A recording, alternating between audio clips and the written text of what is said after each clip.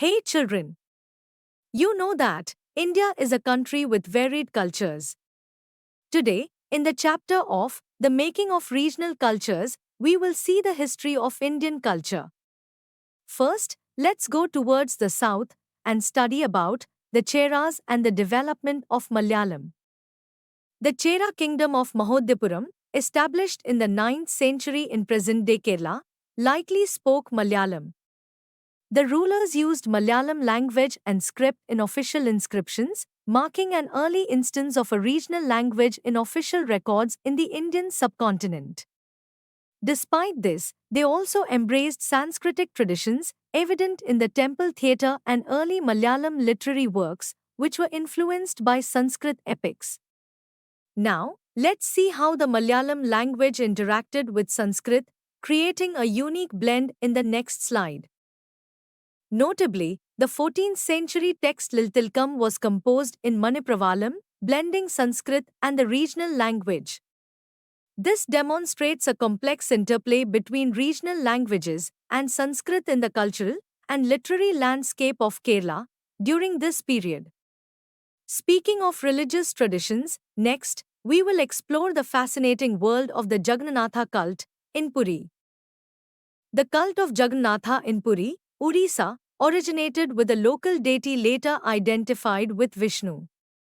In the 12th century, Anantavarman of the Ganga dynasty built a temple for Jagannatha, and Anangbhima III dedicated his kingdom to the deity in 1230, asserting his role as the deity's representative.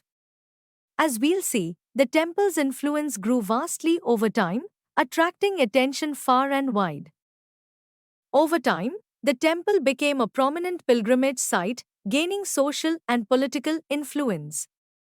Various rulers, including the Mughals, Marathas, and the English East India Company, sought control over the temple to legitimize their rule among the local population. Next, let's travel to the land of valor and bravery as we delve into the traditions of the Rajputs. In the 19th century, Rajasthan was termed Rajputana by the British, although it housed various groups beyond Rajputs. Rajputs, known for their valorous heroism, dominated the region from the 8th century onwards, shaping its distinctive culture. Stories of Rajput heroes were immortalized in poems and songs recited by specialized minstrels, reflecting their significant cultural influence in Rajasthan. And these stories weren't just about battles, they touched the hearts of many, as we'll see in the next slide. The stories of heroes preserved in poems and songs aim to inspire others, portraying dramatic situations and a spectrum of emotions like loyalty, friendship, love, valor, and anger. Women also found a place in these narratives, often depicted as following their heroic husbands in both life and death, such as through the practice of sati, where widows would immolate themselves on their husbands' funeral pyres. Thus, those who adhered to the heroic ideal sometimes paid for it with their lives, including women who chose to accompany their husbands even in death. From the tales of heroism, let's change the beat and explore the rhythmic world of Kathak in the next slide. Kathak, synonymous with northern India, evolved from temple storytellers who merged narrative with gestures and melodies. Influenced by the Bhakti movement and the enactment of Radha Krishna legends, it gained prominence during the Mughal era. Kathak flourished under Wajid Ali Shah's patronage, spreading its influence to neighboring regions. Known for its intricate footwork, elaborate costumes, and emotive storytelling, Kathak became integral to northern India's cultural landscape. But Kathak's journey wasn't smooth, as we'll see in the next part. Despite British disapproval, Kathak endured through performances by courtesans. Post-independence, Kathak was recognized as one of India's classical dance forms, solidifying its legacy as a cultural treasure. From the captivating dance of Kathak, let's now turn our attention to the delicate and detailed world of miniature paintings. Miniature painting, known for its intricate detail and small scale, displayed a diverse artistic heritage across regions. Initially seen on palm leaves or wood in Western India, Early miniatures embellished Jana texts. But it was during the Mughal era that these paintings truly blossomed, as we will see next. However, it was during the Mughal era, under rulers like Akbar and Shah Jahan, that miniature painting flourished, depicting court scenes and social life with vibrant colors.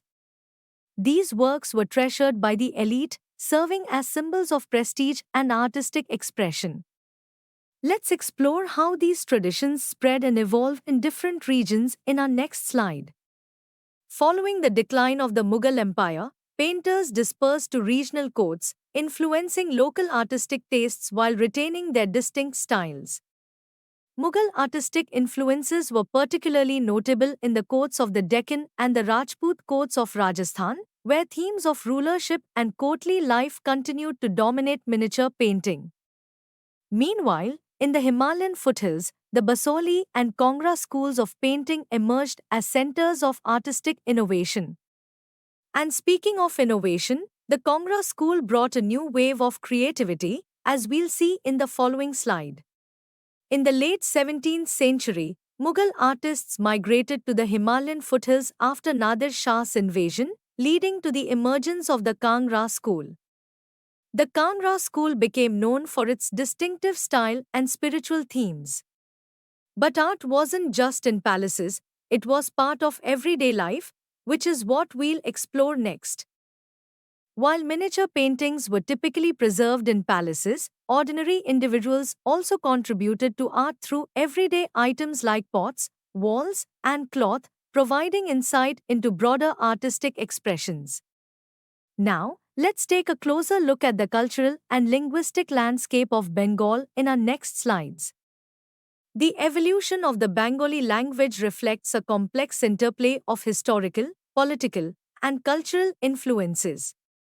Early Sanskrit texts indicate that the people of Bengal did not originally speak Sanskritic languages, but over time, commercial ties with Magad and the political influence of Gupta rulers led to the growing influence of Sanskrit in the region. And as we delve deeper, we'll see how Bengal developed its unique linguistic identity. By the 7th century, languages related to Sanskrit were observed throughout Bengal by travelers like Zhuang. Under the Palas in the 8th century, Bengal emerged as a regional kingdom, further shaping its linguistic and cultural identity. During the medieval period, Bengal experienced rule under independent sultans, contributing to the development of Bengali as a regional language alongside Persian, the language of administration. By the 15th century, Bengali dialects were united under a common literary language based on the spoken language of the western part of the region. Despite its Sanskrit roots, Bengali underwent various stages of evolution, incorporating non-Sanskrit words from tribal languages, Persian, and European languages. Early Bengali literature reflects this diversity, with some works indebted to Sanskrit, including translations of epics and bhakti literature, while others, such as Nath literature and folk tales, emerged independently, particularly in eastern Bengal. Bengal's rich history isn't just about language, it's also about faith and architecture, as we'll discover in the next slide. Significant migration from western Bengal to southeastern areas occurred from the 16th century, expanding rice cultivation.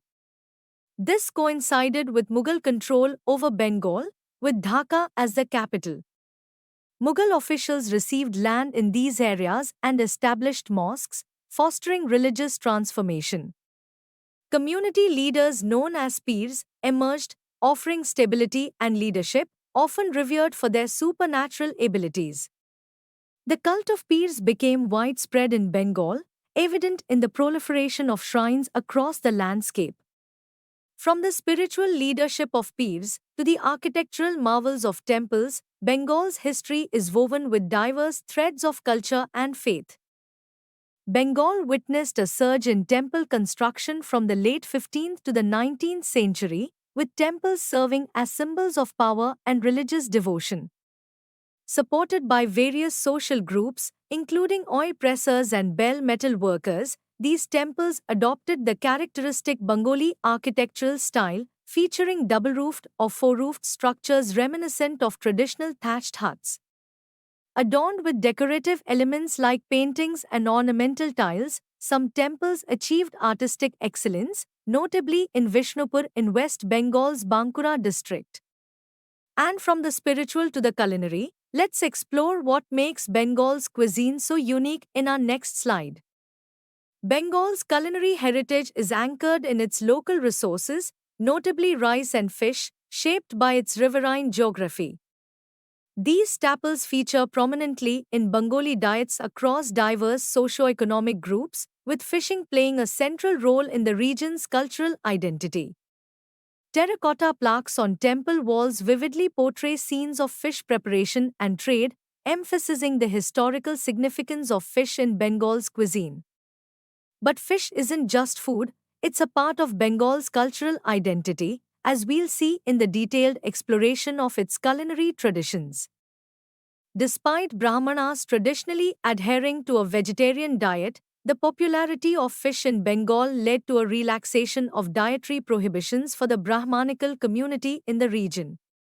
The Brihadharma Purana, a 13th century Sanskrit text originating from Bengal, permitted certain varieties of fish consumption for local Brahmanas, illustrating the cultural adaptation of dietary practices to local customs and resources.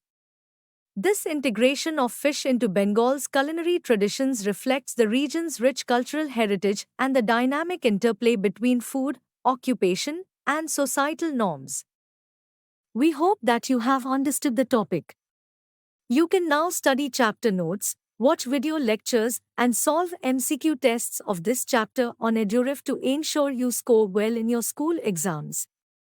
And that's not all, you also get amazing courses for maths, science, English, Hindi, and much more for class 7. Thank you.